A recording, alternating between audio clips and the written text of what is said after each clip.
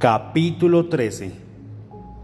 Tenga un corazón para Jesús. Betania era un lugar que a nuestro Señor Jesús le gustaba frecuentar.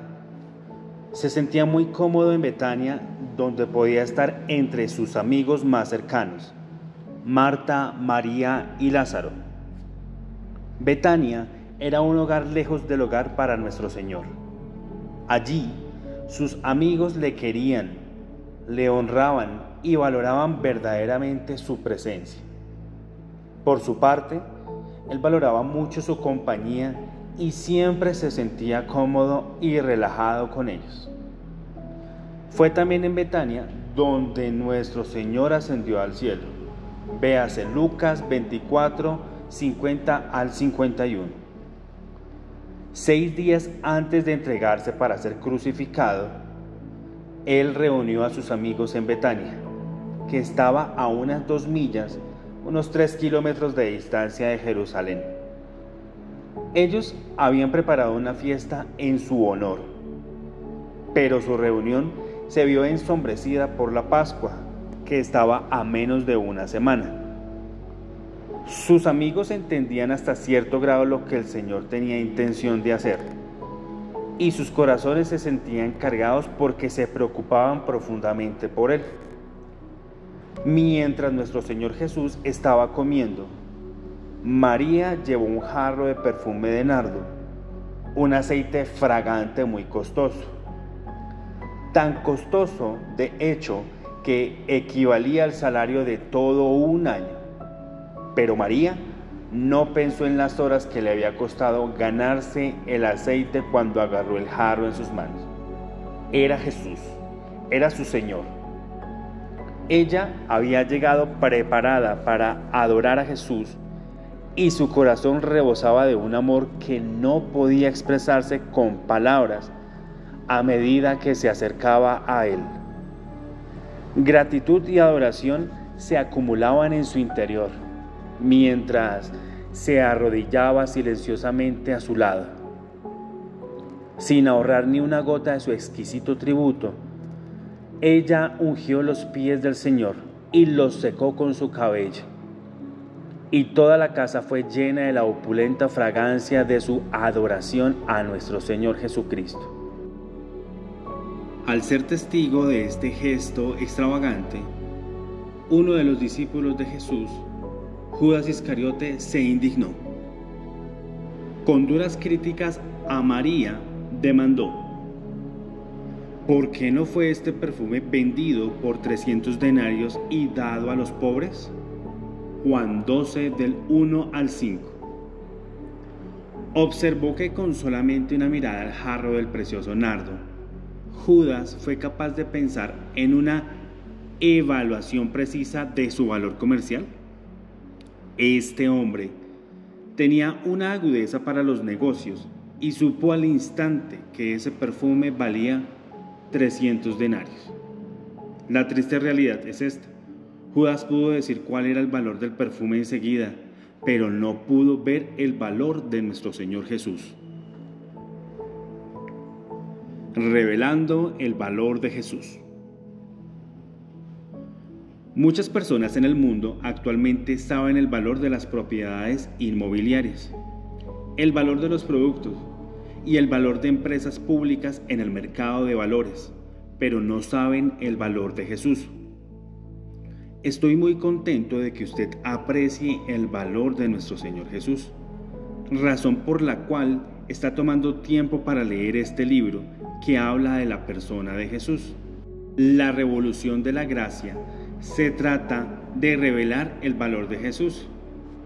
Cuando conozca el valor de Jesús, quién es Él, lo que Él ha hecho y lo que Él sigue haciendo en su vida hoy, experimentará una revolución de la gracia en su vida. Comenzará a vivir por encima de toda derrota cuando tenga un encuentro personal con el Señor Jesús. Las personas pueden argumentar acerca de doctrina, acerca de ley y gracia, acerca de la confesión del pecado, acerca de su seguridad eterna y acerca de diferentes interpretaciones de la Biblia. Pero al final, permítame enseñarle cómo probar cada doctrina, enseñanza e interpretación bíblica. Hágase la pregunta: ¿cómo está siendo valorado nuestro Señor Jesús en esta enseñanza? ¿Hace que uno quiera adorar, alabar y glorificar al Señor Jesús con su vida? ¿O pone más valor sobre la persona y lo que tiene que hacer? ¿Le hace estar centrado y ocupado con la persona de Jesús? ¿O le hace estar centrado y ocupado en usted mismo y si ha fallado o ha tenido éxito? Pastor Prince, ¿está diciendo que el desempeño no es importante? Definitivamente no. Estoy compartiendo con usted que la clave para el desempeño viene por el poder del amor, la gracia y el favor inmerecido de Él en su vida. Podrá usted tener un desempeño verdadero cuando sepa que es perfectamente amado. Miremos a los niños que son valientes, confiados y seguros. Provienen de familias que están llenas de amor y afirmación, familias que les dan libertad para tener éxito. Esos niños no tienen temor al fracaso y destacan entre la multitud porque se atreven a ser diferentes para la gloria de nuestro Señor Jesucristo. Se atreven a decir no a las influencias del mundo. No se avergüenzan cuando sus iguales se burlan de sus valores cristianos. Al mismo tiempo, en un ambiente de amor, gracia y afirmación, los padres de los niños también son capaces de disciplinar, corregir y guiar al niño para que aprenda a tomar buenas decisiones para él mismo sin aplastar su espíritu. Corregidos porque somos amados. Algunas personas tienen la idea errónea de que cuando estamos bajo la gracia no hay corrección alguna y que cualquier cosa vale. Eso no puede estar más lejos de la verdad. ¿Hay corrección bajo la gracia? Tan solo pregunte a cualquiera de mis pastores y le dirá: desde luego que la hay. Pero la corrección está siempre saturada de amor, gracia y sabiduría. ¿Hay disciplina bajo la gracia? Claro que la hay. La disciplina y corrección eficaces se comunican con una abundancia de gracia, paciencia y amor. Están quienes argumentan que si ciertamente siempre somos favorecidos por el Señor, entonces no hay necesidad alguna de que Él nos corrija y nos discipline. Mi querido amigo, permítame ayudarle a entenderlo desde la perspectiva de un padre. Cuando mis hijos hacen algo equivocado, Wendy y yo ciertamente los corregimos y disciplinamos. Pero en nuestros corazones ellos son siempre amados y favorecidos por nosotros, incluso cuando han fallado e incluso mientras son corregidos por nosotros. ¿Por qué? Simplemente porque son nuestros hijos. Pese a cual sea su desempeño, siempre los amaremos y siempre se verán favorecidos en nuestros corazones. Cuán favorecidos son para nosotros es cuestión de su identidad y no de su desempeño. Está basado en quiénes son ellos y de quiénes son, y no en lo que han hecho o no han hecho. De igual manera, nuestro estado de ser amados y favorecidos por nuestro Padre Celestial es un resultado de nuestra identidad como los hijos y las hijas de Dios mediante la obra terminada de Jesucristo. Podemos llamar a Dios nuestro Padre y Dios puede llamarnos sus hijos, debido a lo que Jesús ha hecho en la cruz por nosotros. A medida que crezcamos en la gracia y el conocimiento de nuestro Señor Jesucristo, Él nos corregirá, disciplinará y guiará. Pero es vital que usted sepa que nuestro Señor nunca nos corregirá con trágicos accidentes, enfermedades y males. La Biblia dice: pues el Señor corrige a los que ama, tal como un padre corrige al hijo que es su deleite. Proverbios 3:12. En otras palabras, el Señor corrige a aquellos a quienes favorece, al igual que un padre terrenal corregiría a un hijo al que ama. ¿Corregiría un padre al hijo en quien se deleita infligiendo dolor y sufrimiento a ese niño? Claro que no. De igual manera, nuestro Padre Celestial nos corrige no al infligir dolor y sufrimiento, sino con su palabra. Véase 2 de Timoteo 3:16. La corrección puede llegar por medio de la predicación de su palabra o mediante líderes piadosos con los que él le rodea en una iglesia local. Líderes que le aman y que se interesan lo suficiente para hablar a su vida. La verdad es que cuando las personas saben que su Padre Celestial las ama, pueden recibir corrección y disciplina con gratitud y humildad. Por eso es tan importante que cada hijo de Dios experimente la revolución de la gracia, que está establecido en el perfecto amor de Él y anclado su gracia incondicional hacia él o ella. La gracia nos imparte el poder de desempeñar y de vivir una vida por encima de la derrota. La gracia es la clave para la santidad. Cuando las personas saben que su Padre Celestial les ama, pueden recibir corrección y disciplina con gratitud y humildad. Es vital que sigamos recibiendo enseñanza que esté llena de la abundancia de la gracia de Dios y el don de la justicia. Cuando usted siga recibiendo enseñanza sobre la persona de Jesús, terminará reinando sobre cada derrota, pecado, adicción, temor, duda y desafío en su vida. Valore a nuestro Señor Jesús adecuadamente en su vida y será usted imparable. ¿Por qué este desperdicio? Volvamos a lo que Judas dijo cuando vio a María adorando a nuestro Señor Jesús con el costoso perfume de nardo. Él pensó que era un desperdicio y dijo que se podría haber vendido y el dinero se podría haber usado para los pobres. ¿Le resulta familiar eso? ¿Le han dicho alguna vez que leer la Biblia es una pérdida de tiempo? ¿Que servir y participar en su iglesia local es una pérdida de tiempo? ¿Que llevar sus diezmos a la iglesia es un desperdicio de dinero? Mi querido lector, siempre habrá tales voces acusatorias en el mundo. ¿Por qué? Porque esas voces no entienden el valor del Señor Jesús, muy parecido a Judas. Judas ciertamente no entendió el valor de Jesús. Algún tiempo después de haber reprendido a María por desperdiciar el perfume sobre Jesús, en lugar de venderlo y dar el dinero a los pobres, Judas fue a los principales sacerdotes en Jerusalén y pidió un precio por entregarles a Jesús. Ellos le ofrecieron 30 monedas de plata y él estuvo de acuerdo al instante sin negociar nada más. Probablemente pensaba que la cantidad era más que justa y que era un buen trato para él. Tan solo por esa escasa cantidad de 30 monedas de plata, estuvo dispuesto a traicionar a Jesús ante los sacerdotes. Eso nos habla precisamente de cuánto valoraba Judas a nuestro Señor Jesús. Pastor Prince, ¿cómo puede decir que 30 monedas de plata es una suma escasa?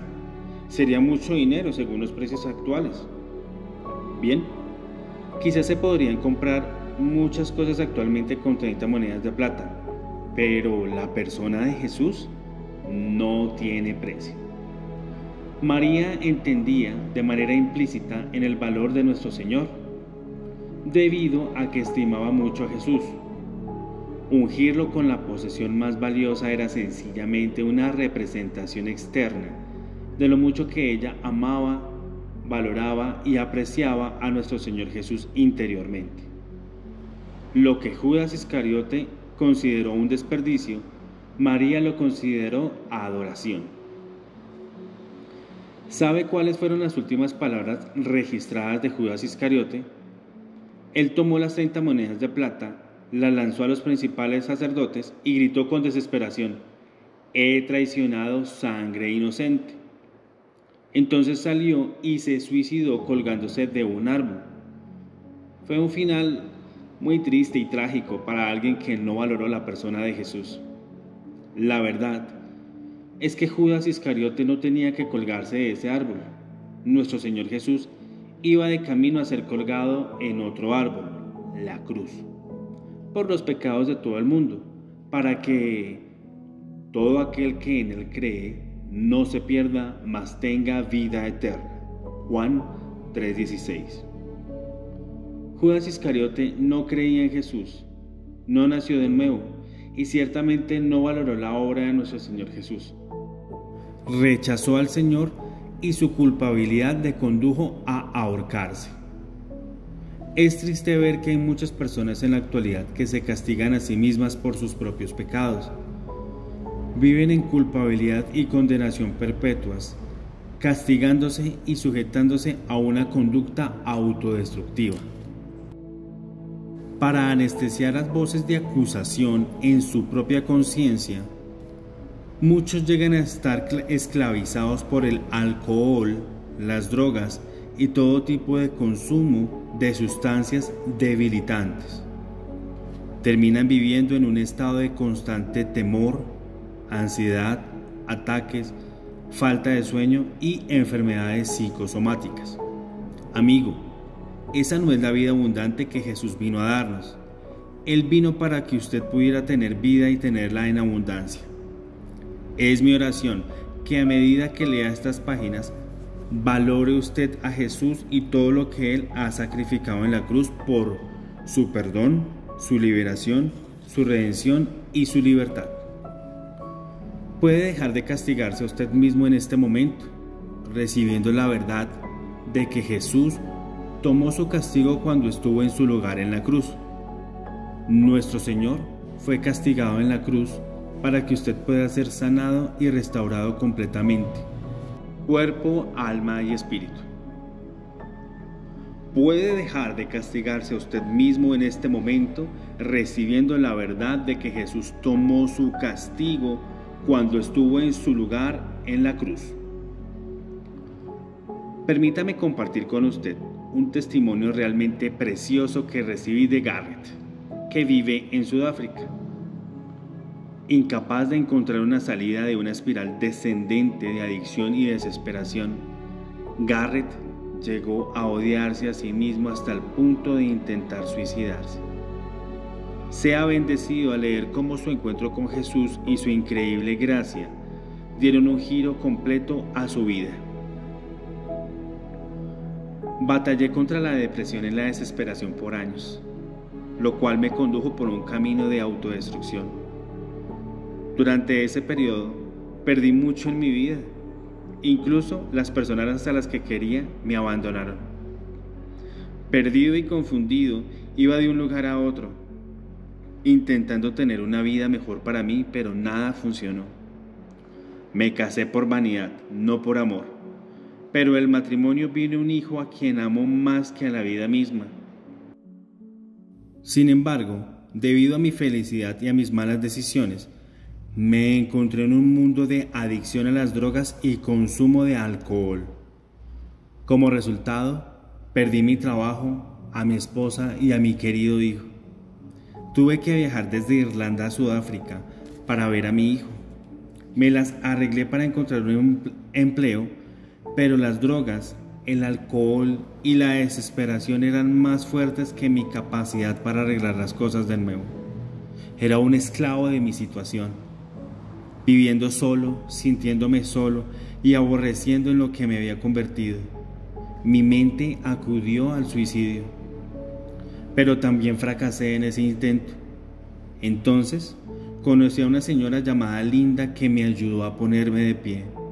Y lentamente fui avanzando, soportando la vida y mis adicciones. Clamaba a Dios pidiendo ayuda, pero en realidad no creía que me ayudaría, porque ni siquiera sabía si existía.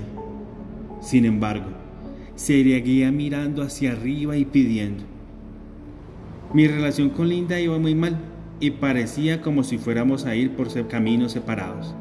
Pensé, no hay efecto alguno en creer en Dios. Así que volví a pedir a Dios, Dios, ¿qué quieres de mí?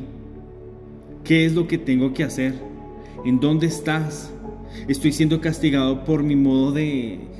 ¿Realmente existes? Llegué a una casa vacía aquella noche, me senté en el sofá, encendí el televisor para ver las noticias, pero el volumen estaba demasiado alto. Presioné un botón para bajar el volumen, pero en vez de cambiar el volumen, los canales de televisión comenzaron a cambiar y me encontré con su programa. Ahora bien, yo no soy una persona que escucha la televisión cristiana, de modo que inmediatamente intenté cambiar de canal al de las noticias, pero el canal se quedó atascado. Pastor Prince, en ese mismo instante usted miró a la cámara y dijo: quizá hay alguien aquí en este servicio o viendo este programa por televisión. Su vida está en este momento siendo sacudida por ciertos vientos. Quizá sea un viento de turbulencia económica, quizá sea una tormenta de enfermedad que ha llegado a su vida. Cualesquiera que sean los vientos, cualquiera que sea la tormenta, yo estoy aquí para decirle que en medio de la tormenta busque a Jesús. Sentí como si me golpeara un tren de carga, me detuve en seco y sentí temor, porque solamente unos minutos atrás estaba gritando a Dios pidiendo respuestas. Estaba seguro de que Dios me estaba señalando de algún modo en aquel momento. Mi cuerpo comenzó a temblar y la luz en la habitación comenzó a ser más brillante. Aunque yo no soy una de esas personas que tienen momentos religiosos, estoy seguro de que estaba teniendo un momento con Cristo. Así de real fue y totalmente inesperado. Su sermón cambió mi mundo. Yo no tenía idea de que Dios pudiera amar a una persona como yo, después de todo lo que había hecho. Al día siguiente salí y compré uno de sus libros. Lo terminé en 2 días y después de leerlo, sentí un hambre que nunca antes había experimentado. Un entendimiento que nunca antes había tenido. Mis ojos fueron abiertos y quería más. Mediante sus enseñanzas, ahora soy capaz de entender la palabra de Dios como nunca antes. Estoy aplicando la palabra a mi vida. Ahora soy libre, libre para ser amado por Dios debido a la obra terminada de nuestro Señor Jesucristo.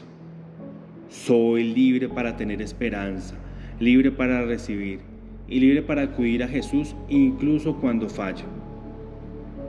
Pastor Prince, como un resultado del conocimiento de Jesús y su increíble gracia, ahora no tengo ninguna adicción a las drogas, tampoco dependencia del alcohol, y mis relaciones son mejores que nunca. Mi hijo de mi primer matrimonio está prosperando. Mi vida de infelicidad y desesperación ya no está. Mi trabajo está prosperando. Mi corazón ha cambiado. Mi familia se ha ampliado. Dios nos ha bendecido a Linda y a mí con gemelos, un hijo y una hija. Y sé que nuestro futuro está asegurado en Jesucristo. Todo debido al mensaje de la gracia. ¡Aleluya! La gracia de Dios en mi situación incluso ha rebosado hacia la vida de mis amigos, quienes ahora también son salvos y están prosperando. Gracias a la increíble gracia de nuestro Señor Jesucristo y sus libros llenos de gracia, ahora estoy lleno del Espíritu Santo y reinando en vida. Gracias, Pastor Prince. Gracias, Jesús. Qué hermoso testimonio y testamento al amor y la misericordia de nuestro Señor Jesús. Garrett, gracias por compartir y alentar a muchos con su testimonio. Amado, quizá, al igual que Garrett, ha estado usted metido en el fango de la soledad, el desaliento y la autodestrucción durante lo que parece una eternidad. No desperdicie un día más en ese lugar oscuro y autodestructivo. En cambio, adore a aquel nuestro Señor y Salvador Jesucristo, que lo dio todo y permitió que le escupieran, le humillaran por completo, le golpearan brutalmente y le clavaran grandes clavos en la cruz por su redención. Adórelo a Él y permita que la fragancia de su amor y su gracia inunde cada área de su vida. Permita que el perfume de su sacrificio entre en cada herida, cada desengaño y cada inseguridad. Él ya ha pagado el precio para que usted sea sanado. Él ya ha pagado el precio para que usted sea restaurado. Él ya ha pagado el precio para que usted acuda con valentía y libertad ante el trono de la gracia. ¡Oh! ¿Cuánto le ama a Él? Él le ama. Él le ama. Corazones revelados. Comencé este capítulo hablando de lo que sucedió en Betania, porque creo que el Espíritu Santo quiere mostrarnos los corazones de las diferentes personas que estaban allí. Betania era la misma ciudad donde Jesús había resucitado a Lázaro, que llevaba muerto 4 días. ¿Sabe lo que sucedió después de que Jesús hiciera este asombroso milagro? Juan 11:53 registra que desde ese día los principales sacerdotes y los fariseos tramaron dar muerte a Jesús. Esa fue la respuesta de los líderes religiosos de aquella época. Querían matar a Jesús. Aquel que abrió ojos ciegos, destapó oídos sordos, limpió a leprosos y resucitó muertos. ¿Por qué? ¿Y qué nos dice eso sobre lo que había en sus corazones? Para ser un principal sacerdote o un fariseo, había que ser un estudiante de la palabra de Dios desde temprana edad y conocer la Torá de principio a fin. Sin embargo, los líderes religiosos que eran celosos de la ley y conocían respecto a la Torá todo, fueron precisamente las personas que tramaron matar a Jesús. Ahora, acérquese y escuche con atención lo que estoy a punto de decir. Ellos tenían conocimiento mental, pero no tenían un corazón por la persona de Jesús. Tenían todo ese conocimiento de la Biblia, pero no tenían al autor de la Biblia en sus corazones. Estoy seguro de que habrá visto cómo, en el matrimonio, esposos y esposas pueden utilizar versículos de la Biblia para condenarse mutuamente. Ahora bien, por favor no haga eso. Por favor no utilice el conocimiento de la Biblia para hacer que las personas se sientan mal consigo mismas. Eso es lo que hacían los fariseos. Ellos citaban del Antiguo Testamento para derribar a las personas en lugar de salvarlas.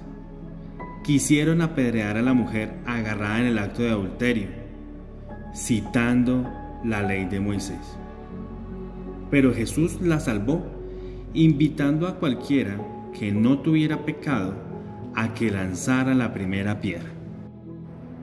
Comenzando con el fariseo de más edad, todos ellos dejaron caer sus piedras asesinas y se fueron. Siempre que encuentre personas utilizando la Biblia para condenar y para aplastar a quienes han fallado y tienen necesidad de un Salvador, su antena espiritual necesita estar en alerta máxima. Conocimiento mental contra conocimiento del corazón. Es posible que las personas hoy día acumulen mucho conocimiento mental sobre esta teología y aquella teología, y sin embargo no tengan conocimiento de corazón que arde de amor y pasión por nuestro Señor Jesucristo.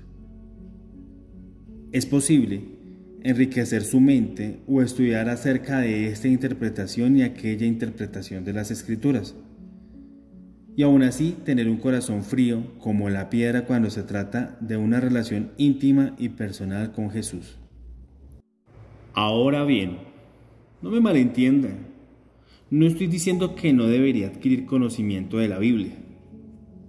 Si ha seguido mi ministerio durante algún tiempo, sabe que me encanta estudiar y desenterrar tesoros de la palabra de Dios. Estoy diciendo que necesitamos estudiar la Biblia, no simplemente para acumular conocimiento mental, sino para tener una revelación de Jesús. Para tener un corazón de amor por Jesús, debemos conocer la Biblia. De hecho, el verdadero conocimiento bíblico acerca de Jesús le llevará a tener un corazón por Jesús. No sea como los fariseos, que tenían conocimiento de la Biblia, pero no tenían amor por nuestro Señor Jesús. No pase por alto al autor cuando esté leyendo su palabra. Cuando estudie la Biblia, estudie para alimentarse de la persona de Jesús. Aliméntese de su belleza, su gracia, su majestad y su amor inmenso y sacrificial por usted. Leemos la palabra para alimentarnos de Cristo. ¡Oh! ¡Cómo me encanta la frase alimentarnos de Cristo! Él es el pan de vida. Y cuanto más se alimente usted de Él en la palabra, más será fortalecido y nutrido con su salud, vida y sabiduría para cada área de su vida. Cuando vea a Jesús en la palabra, sabrá cómo estimarlo y valorarlo. Jesús se convierte en alimento real para su alma y Él le da fortaleza para su servicio. La verdadera santidad viene de contemplar a Jesús. Cuando usted contempla a nuestro Señor, es transformado desde dentro hacia afuera de gloria en gloria. Cuando valora a Jesús, el deseo de su corazón es glorificarlo en todo lo que piensa, dice y hace. Cuando tiene un corazón para Jesús, todo en su vida, ya sea su matrimonio, la educación de sus hijos y su carrera, encajará en su lugar cuando usted reciba la obra terminada de Él. La verdadera santidad viene de contemplar a Jesús. Cuando usted contempla a nuestro Señor, es transformado desde dentro hacia afuera, de gloria en gloria. Lo que Juan escribió acerca de cuando María ungió los pies de Jesús también revela mucho sobre lo que había en el corazón de Judas Iscariote. Cuando Judas dijo: ¿por qué no fue este perfume vendido por 300 denarios y dado a los pobres? La palabra de Dios nos revela que dijo esto no porque se cuidara de los pobres, sino porque era ladrón y teniendo la bolsa, sustraía de lo que se echaba en ella. Juan 12 del 5 al 6. El corazón de Judas iba tras el dinero, no el Señor, y ciertamente no tras los pobres. Judas tenía un corazón para el dinero, pero no para nuestro Señor Jesús. Mi querido amigo, Dios no tiene problema alguno con que usted tenga dinero. Tan solo no quiere que el dinero lo tenga a usted. El dinero es un buen sirviente, pero es un mal amo. Use el dinero para amar a las personas. No ame el dinero y use a las personas. La palabra de Dios nos dice que raíz de todos los males es el amor al dinero. Primera de Timoteo 6:10. Observemos que el dinero en sí no es la raíz del mal. El amor al dinero es altamente destructivo. Algo es muy extraño si usted cobra vida solamente cuando oye sobre dinero. Y lo único que estudia en la Biblia es respecto al dinero. No, amigo. Dios quiere que usted esté suplido en abundancia para que pueda ser más capaz de proveer para su familia, para edificar la iglesia de Dios, para ayudar a los pobres y para adorar al Señor como hizo María. Sin embargo, que su corazón se trate únicamente de Jesús y no de acumular, reunir y acaparar. Que su corazón se trate únicamente de Jesús y no de acumular, reunir y acaparar. Un corazón de adoración. En el relato, en Juan 12, otro corazón que nos es revelado es el hermoso corazón de María de amor y adoración por el Señor. Ella lo derramó y dio lo mejor para el Señor. Cualquier cosa que haga usted por Jesús a causa de su amor por Él no puede quedar oculto. Las personas lo olerán. Usted llevará la fragancia de Cristo y es una fragancia de victoria, no de derrota. Y ¿ha observado que cualquier cosa que le dé a Jesús no es nunca olvidada? Lo que tiene usted en su mano puede que sea temporal, pero cuando lo pone en las manos de Jesús se vuelve eterno. Veamos lo que dijo Jesús sobre María cuando la defendió de la acusación de Judas de que había desperdiciado una fragancia muy costosa sobre Jesús. Jesús dijo: déjala, para el día de mi sepultura ha guardado esto. Juan 12:7. María preparó a Jesús para su sepultura, pero solamente por el momento, porque Él resucitaría de los muertos. Pero en estas palabras Jesús la rodeó para siempre del dulce incienso de sus elogios hacia ella. Hoy día aún seguimos hablando y honrando lo que hizo María por nuestro Señor hace 2000 años. Eso sí que es que las buenas obras tengan un efecto para generaciones futuras.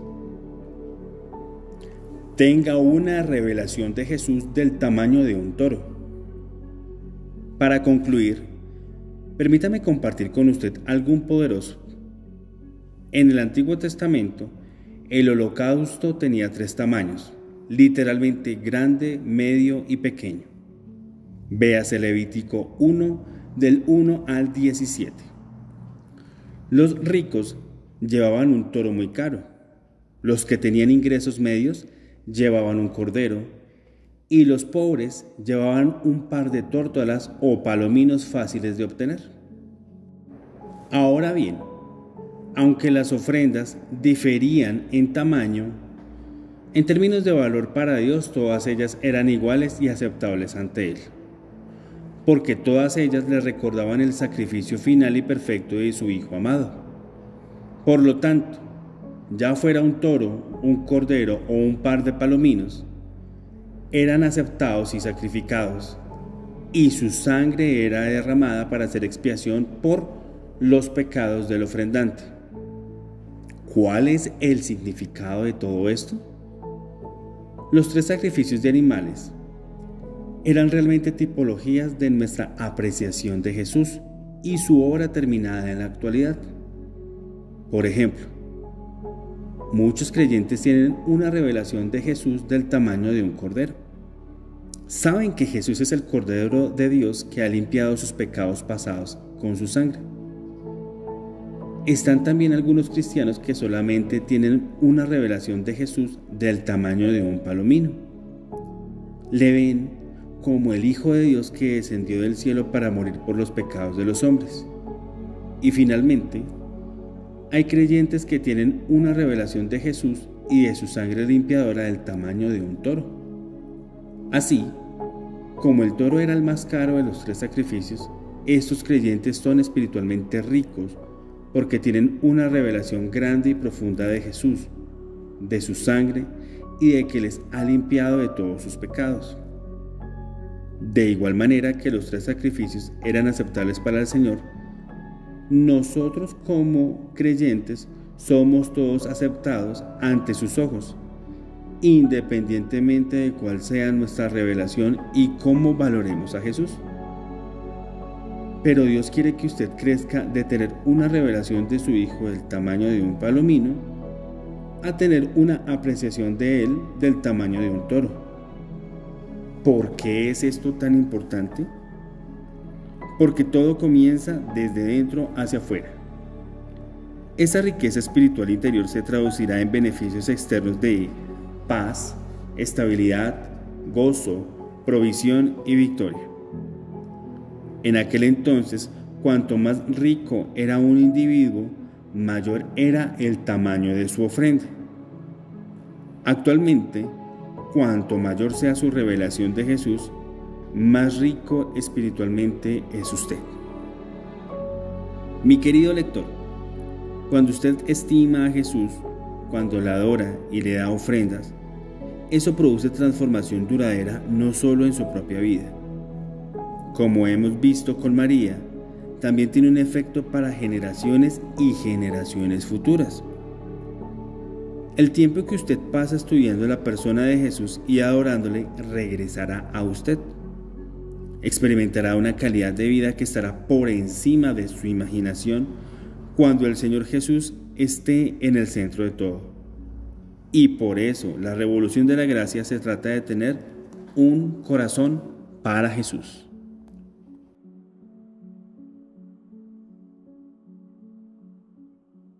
Qué capítulo tan interesante el que acabamos de oír. Definitivamente toca volverlo a leer y volverlo a oír.